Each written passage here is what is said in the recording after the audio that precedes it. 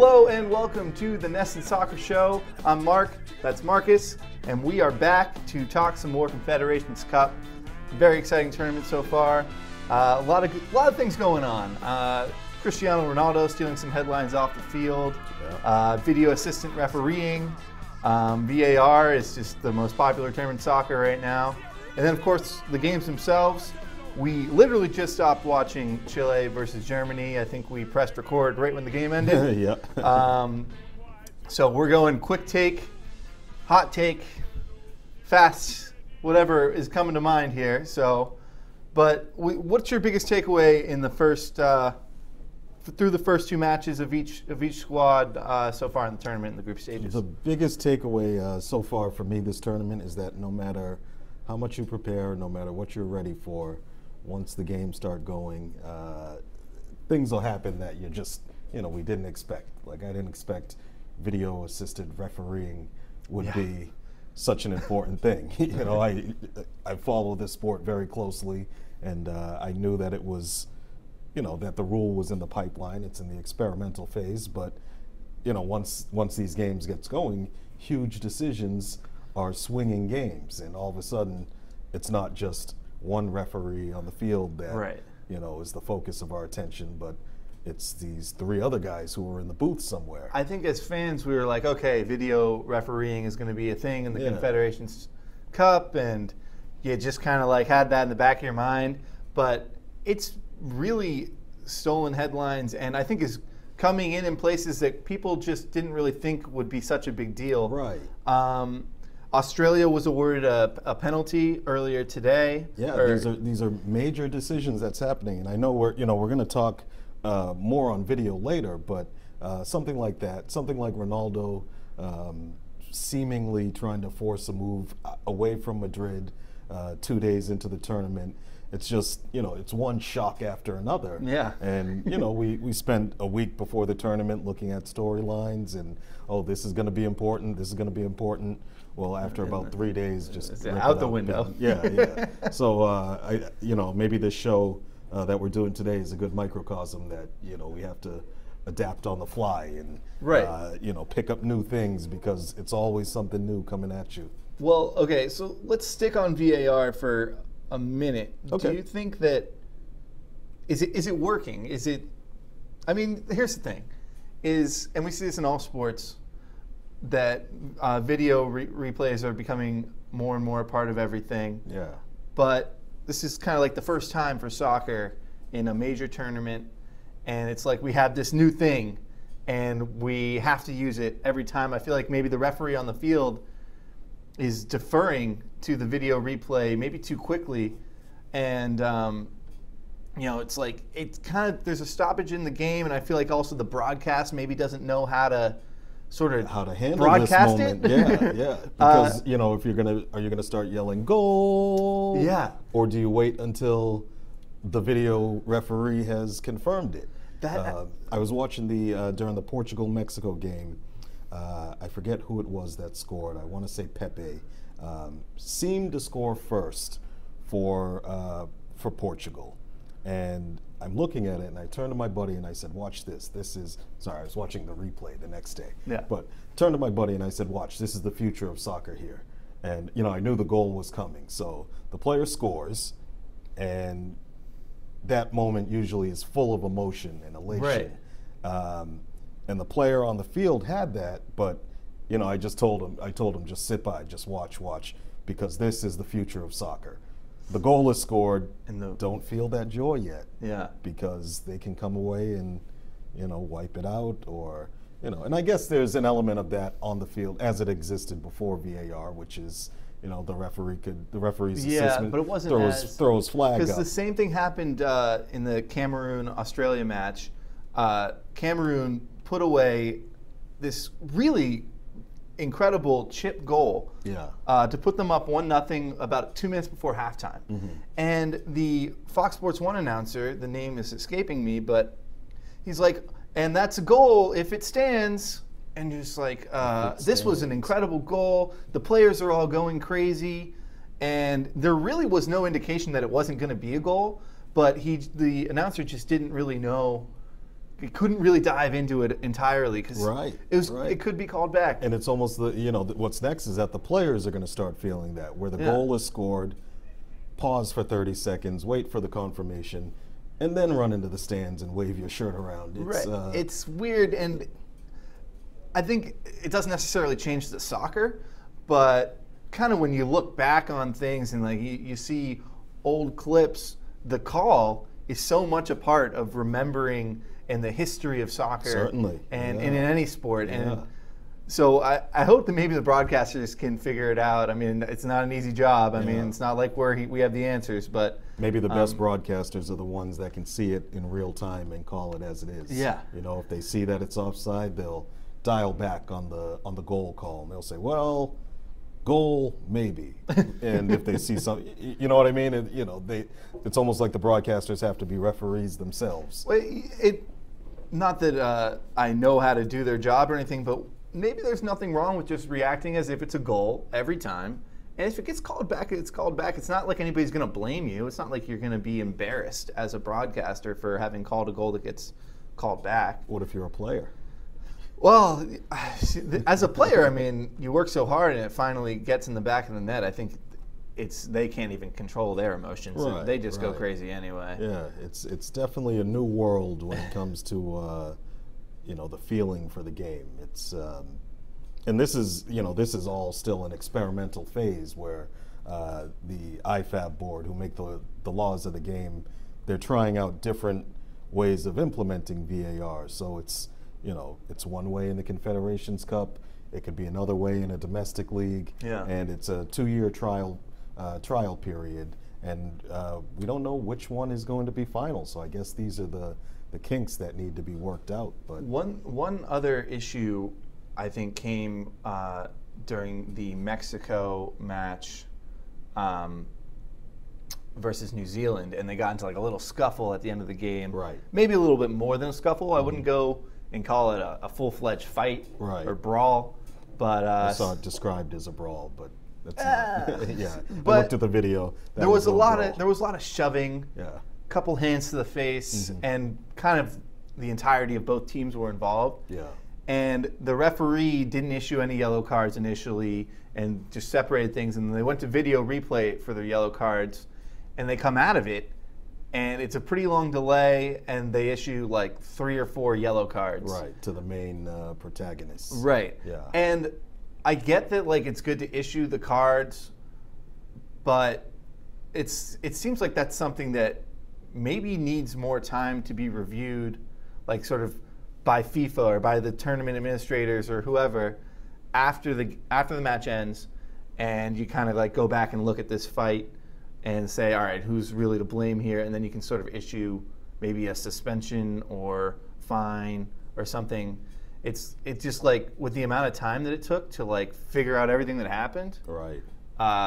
Maybe that's not the best use of VAR. There's a lot of questions. there are infinitely more questions than answers. So maybe that'll be the recurring theme today. I guess my point is that we shouldn't depend on it to just solve every issue. Right. I think, the big things like goals is fair. I mean, that's always been an issue. But, we'll see how it changes going forward. And it's certainly, biggest story so far in the Confederations Cup. Yeah. And, it's now the case where FIFA selects the top referees for these tournaments. Worldwide, you have to be one of the great referees to referee a FIFA tournament, and you are supposed to be the one who has the feel for the game and the one who can implement the laws best. Well, now all of a sudden these star referees are taking the back less important. Yeah. In many cases to the 3 anonymous guys in the booth. Right. And it's welcome to the future. All right, well, let's get to the matches. Right now, Group A and Group B both tied atop, with Mexico and Portugal atop Group A, Russia in third, 3 points. They beat New Zealand in last. And then Chile, Germany atop Group B, right, with Australia and Cameroon tied at 1 point each below that group. I think not a lot of surprises in Group A. Maybe we thought Portugal was going to beat Mexico. Maybe Portugal was leading late. I mean, they scored late, and then Mexico then tied it up late. Scored again, right. But that was just kind of a really great match between two really good teams. Yeah. Mexico sort of rose to the occasion. I know we mentioned last week Mexico can kind of shy away when they play sort of the bigger clubs. Right, right. So I kind of wanted to, is there anything from the Mexico-Portugal side of the group that is really standing out to you, aside from Ronaldo off the field, which we'll get to? Yeah, I mean, I think in that game it was really a matter of, I was surprised by Mexico. If you even just look at the possession stats, it was like 65-35 Mexico. Was it really? And I know possession isn't everything, but it's a lot, though. It tells you something about the control of the game and who's really dictating the play. Where Portugal scored first, Mexico got one back. Then Portugal, scored again, and Mexico got one back. So I would see there's a lot of character in Mexico's attacking play, as we saw yesterday against New Zealand, and even against Portugal and before. Defensively, Mexico has some serious problems, or maybe problems that are so serious that it'll keep them from winning the tournament, right, or advancing to the quarterfinal of the FIFA World Cup, which is the holy grail, in this day and age for Mexico's team. We're still talking about, hey, Rafa Marquez might play. He's 38 years old. It's somebody has to really fill that gap, and I know he's not a starter, but Mexico defensively is still not tight. But going forward, I was impressed by him. Yeah. And, they were pretty poor yesterday against New Zealand in the first half. Second half, they changed things up, dominated the game, scored 2 goals within the first 30 minutes of the restart. So they've come back twice already. In I guess you could say 3 times in the two matches they've played. So that's kind of an encouraging sign, because it kind of ties in with what we were saying last week, where Mexico can maybe shy away in the big moments. And they were up against the ropes a few times, and they've been able to battle back. So there's a lot of fight in them. that's kind of like one of the intangible things that you can't really measure so much. Portugal, on the other hand, I think they're looking pretty good. I think Ronaldo seems to be, even though they only beat Russia 1-0, he was creating chances like all throughout that second half, and really looked like he was in control. Russia's not exactly the strongest side, but I think going forward, I like them the best out of Group A. And after you're talking about for the semifinal round, going forward, right? And we'll sort of dive into this in a second, but after Chile's performance versus Germany, a very young Germany squad, I kind of am leaning a little more towards Portugal to be able to maybe win the tournament. You're saying Portugal has a better chance than Mexico? I think so. Because I think they kind of let Mexico, and we said Mexico fought back into it, but I think Portugal maybe thought, all right, we put this goal away, we've got this match, and Mexico kind of just came right back out. Yeah, and as a tournament team, Portugal, we've seen in the last 2014, 2016, they start tournaments slowly, and they just sort of, definitely at the Euro, they just grinded their way through it. They never really reached a peak. Or maybe we saw what their peak was, and it wasn't that high. But I would expect Portugal to be better. On the upcoming game against New Zealand, and then even better. They'll get progressively better. We've seen that the last few major tournaments. Yeah. So jumping to the other side of the tournament. Yep. Group B, Germany and Chile, 4 points each. We just watched that match. Chile is the oldest team in the tournament. Germany is the youngest team in the tournament. It starts off really well. Chile scores in the 6th minute. Yeah. Alexis Sanchez becomes the all-time leading scorer in Chilean soccer history. Not an easy thing to do. No. Kind of had a feeling of this could be a celebration game. And I remember last week we were saying you came right out and said it, that you think Chile's going to run all over Germany, and I was kind of like, yeah, I agree. Yeah. But I probably said it with conviction. And especially after they go behind, it was really impressive to see Germany sort of like, there wasn't even a period of momentum where it seemed like Chile was still attacking. Germany was just like, all right, take the ball off again, and we're going to build and build and build. And they never really shied away from Chile, who's definitely the best team in this tournament on paper. And then Lars Stindl puts one in the back of the net, the tournament's leading scorer. When he scored, I said, who? Yeah, two goals. This guy is kind of the elder statesman of this team. He's 28 years old. This is his that was his fourth match for the senior team. Wow. And he scored 2 goals, both of them coming in the Confederations Cup. Okay. So good for him. He's making a name for himself, maybe a late push to make the World Cup roster. But I'm not sure we thought Germany was going to be able to stand up to Chile like that. And, I mean, they were impressive. This 1-1 result, I'd see it as a moral victory for Chile and for Germany. Yeah. And is there such thing as a moral defeat? I don't think so. I've never heard that. I would say Chile would be more disappointed with the result. Sure. Yeah. Because of what we talked about, their experience and their their real hopes. And it seemed like the Russian crowd in Kazan was really in their corner. And I understand, the Germans and the Russians have a long history of a couple wars. Yeah. I thought everything was in Chile's favor. Yeah. And it started out great. Shkodran Mustafi, who plays for Arsenal with Alexis Sanchez, made a great pass to his Arsenal teammate, and they turned that into a goal. So yeah, I'm thinking Chile's going to run away with this, and the whole time I was just waiting for it to happen, and it never did. Yeah.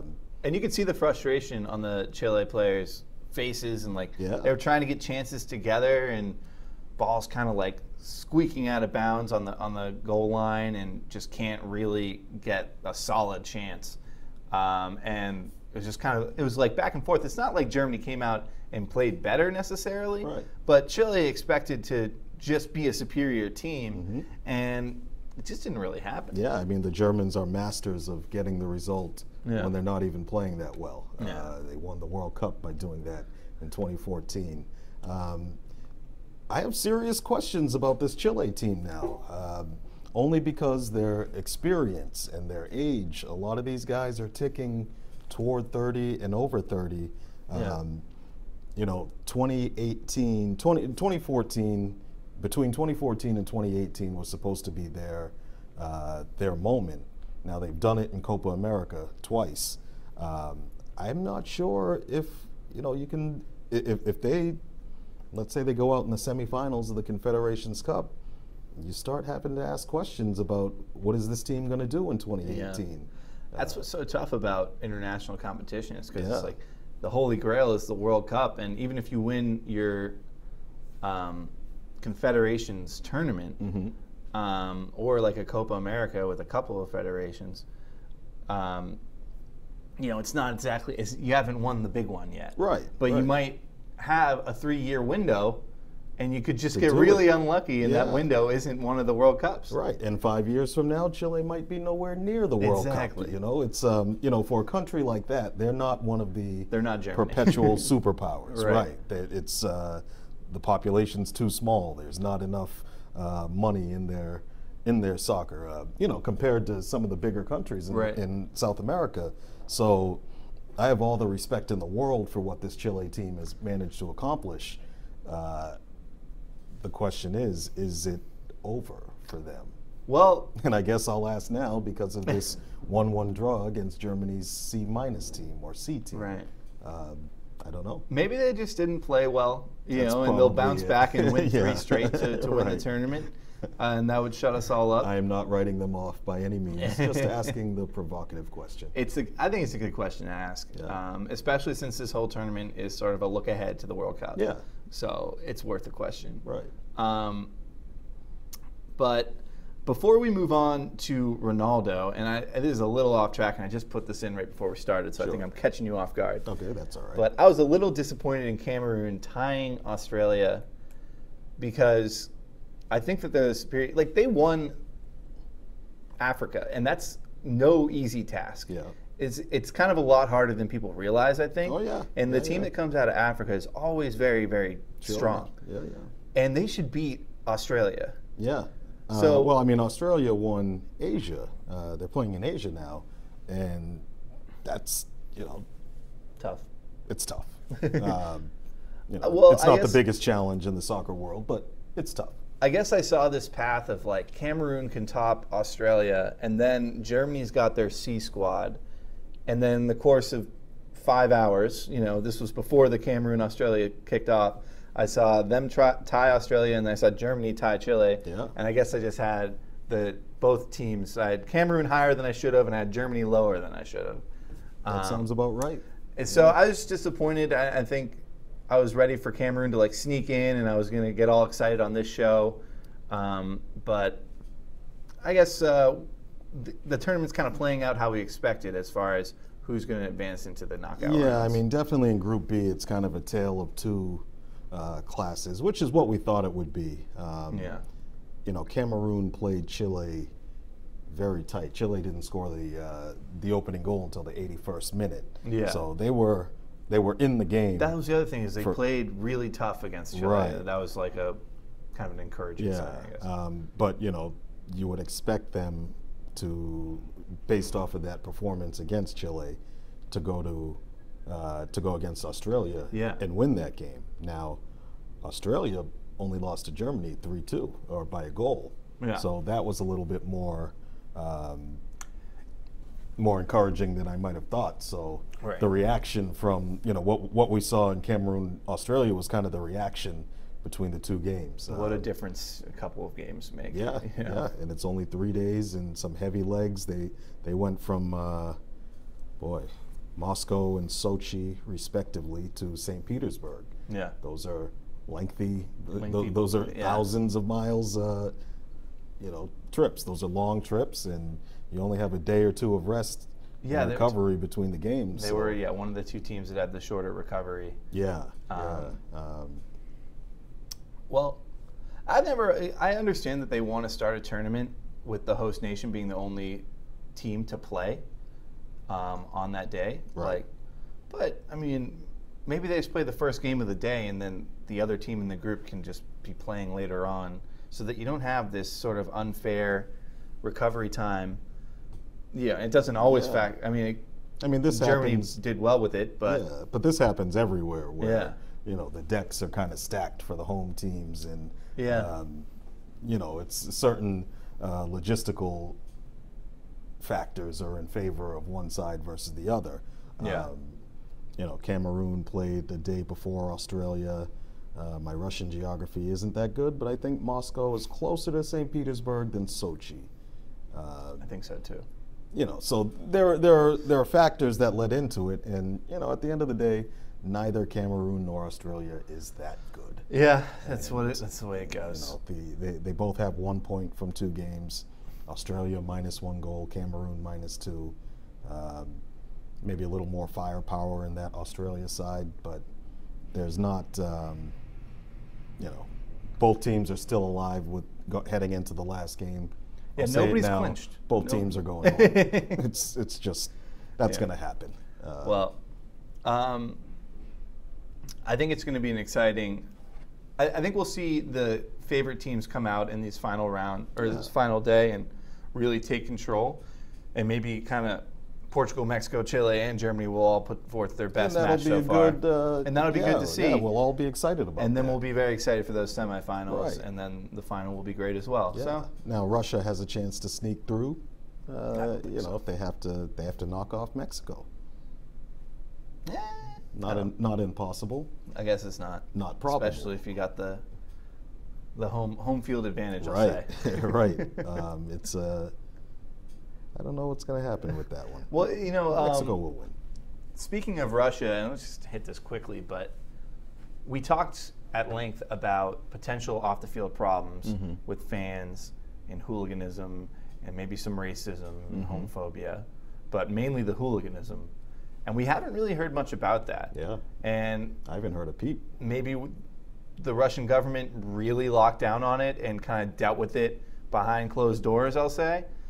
Maybe they're just not really planning on anything, the hooligans I'm saying, on anything for the Confederations Cup, sort of saving up for the World Cup. Yeah. Kind of a weird way to say that so casually, but I don't really know how else to put it.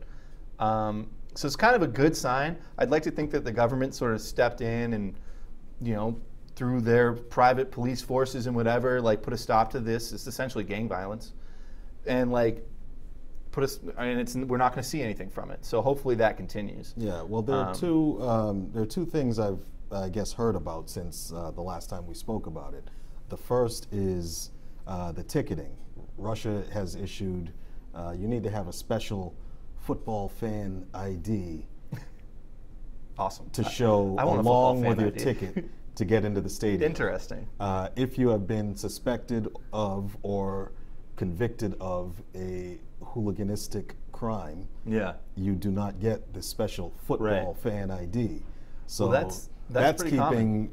I think that's keeping that element out of the stadiums. Next, the penalties for hooligan, let's say, crimes that make Russia look bad on television. Yeah. Let's call it, you know, I'll use that for hooliganism, racism, homophobia. The penalties are stiff. I don't have details, but they are stiffer I think we can imagine. Than they were a year ago, or even 2 years ago, 5 years ago. Third, finally, the fans that are attending these games are of a certain social class. You have to have money to get into these stadiums. And a lot of these problems that we see... And that'll increase for the World Cup, I would imagine. Certainly, yeah. So. A lot of these problems that we've seen in the Russian club soccer game involve club teams where tickets are a little bit more reasonable, affordable, and you know, you have a chance for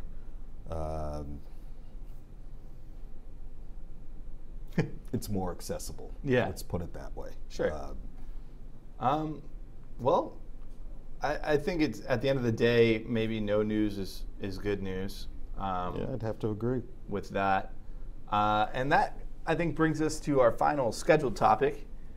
Ronaldo. Yes. Can't figure out his taxes. You know what? I can't figure out my taxes either. I'm going to my dad saying, you know, how do I do this? Right, right. And I can only imagine if I lived in a country that I'm not from, how much more difficult it's going to be. So, you know, I would give him a break, but I don't think the government of Spain really wants to. They want a little bit of money from him. But what do you know about this situation? I know that there are more questions than answers with Ronaldo's situation. There are so many ways to come at this and to look at it. Does he want to move? Does he actually want to move? It's possible.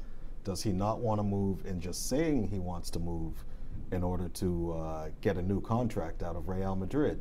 It's possible. He just signed a new contract in November, which is making him the highest paid player on earth. Yeah. So you would think he'd be happy with that. Right. There's just so much that we do not know. What we do know is that Ronaldo's representatives called every major media outlet in Europe and fed him the same story. Ronaldo is upset at the tax situation. They're making him look like a criminal, and he wants to leave Real Madrid. And wasn't part of that, or maybe this was something additional, that, or like speculation that Ronaldo's upset with Real Madrid not sort of like publicly coming to his defense? Right. Well, they did. They did, but they also didn't, because a lot of I read something, you know, kind of a headline that Real Madrid wanted. You know, when people were writing stories about Ronaldo being a tax cheat, that they wanted those stories, the thumbnail image, to be of Ronaldo in his Portugal shirt. So as not to, that was kind of in the immediate aftermath. That's so petty. They put out a statement a day later saying Ronaldo is, you know, he's done everything right and blah, blah, blah. Yeah. Does Ronaldo want Real Madrid to foot the bill for this? Because these, this money that the Spanish authorities say he owes come from image rights. It's not from his, you know, soccer salary per se. Right. So Real Madrid has paid him these image rights, and they're also, you know, from companies that are based around the world that he's made money off of.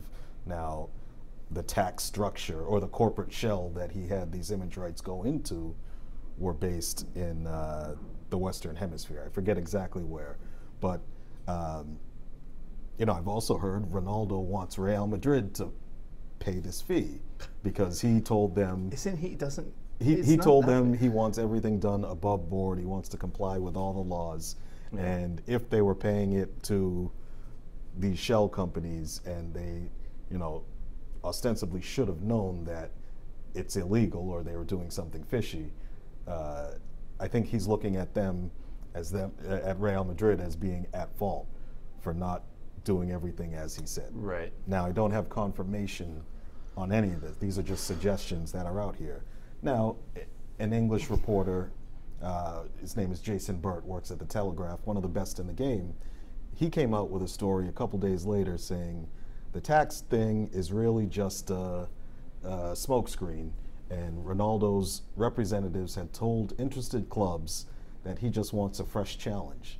Really? After dominating 8 years at Real Madrid, 3 Champions League titles, that he just wants to get away, and the tax thing is a convenient excuse. More questions than answers. Yeah, it's a lot of questions. I'm going to make my prediction. I think Ronaldo will be suited up for Real Madrid come August or September, whenever they start up. That's my prediction. I'm sticking to it because I do think this is all. I think it's like a smoke screen, but there's something. There's just something that we don't know about, and I think he's going to be back with the club. I'm going to give you a prediction, but I'll give a prediction. If Ronaldo leaves, it will not be to Manchester United. The internets were blowing up about Ronaldo returning back to Manchester United, and it'd be like a biblical prodigal son story. I don't see that happening. If he leaves, I think he's going to Paris Saint-Germain. Oh. And that'd be fun. Yeah. I'd be on board with that. I wrote a story about 5 years ago about him learning French. I don't know. I get the sense. I mean, the largest Portuguese community in Europe is in France. Outside of Portugal. Yes, outside of Portugal. Yes, of course. Yeah. You know, so there are things there, and PSG is also Qatari backed, and they've got all the money in the world, so they can afford the transfer fee and the wages he would command. Ronaldo is not going back to Real Madrid. That's not a prediction. That's a promise. Okay. Wait, did you mean Real Madrid or Manchester United? I meant Manchester United. Okay, because those are two different things. Yeah. All right. Well, you know, let's not hammer something that we really don't have many strong facts about. Yeah. But we're going to have to wait until the Confederations Cup is over, because he says, I'm focusing on my country. Yeah, he did say that. Afterward, he's going to talk to Real Madrid president Florentino Perez, who went on the radio and was basically saying, hey, he's our guy. It's strange that it came out that he told the media but not us. These are how these things happen. It's a song and dance that these players and teams do every few years. It's reality TV. Yeah. And you know what? No matter what people say, people watch reality TV. Gives us something to talk about. Yeah, it does. Our final word, if you have something, you can talk about it, but I'm bringing one to the table today. Awesome. I saw an article, Zlatan Ibrahimovic to LAFC. I think that'd be great for MLS, but I also think that Zlatan is the kind of guy that would do an MLS transfer or move or whatever, because he's not the player that he once was, quite. Well, he's still very good. As of January, he was. But he's kind of older, and he ended up getting hurt. Yeah. If he comes to MLS, he's, as far as within that game, basically the top of his game again, and he's the center of attention. He's in Los Angeles, where he can do any marketing imaginable. And the way that Zlatan is, you feel like it's kind of, if he does go anywhere in MLS, it's got to be LA. Not the Galaxy, LAFC? Yeah. Well, it could be the Galaxy as well. I'm just saying it has to be Southern California, I guess. Maybe New York, but it's a big market. I saw the tweet that announced his sportswear brand was coming to LA. And the thing that I noticed first was that it was written in LAFC colors. Really? It was black, and then and it's like a welcome to. It's an image on the internet. Yeah. Where they might not be the exact colors, but man, it was close. You know what I'll have to do? My reaction was. I'll put these side by side when we get the video portion of this podcast up online. Yeah. We'll let the fans decide. The timing, I've written about this a little bit recently about the Zlatan to LA rumors. First, it was the Galaxy had made him a big offer. Yeah. The timing, I think, works better for LAFC, being a superstar name, a new franchise that's going to open up a glitzy new stadium. It's what LA does just in general. Like, they need to make a splash. Yeah. They need to have a gigantic player come in.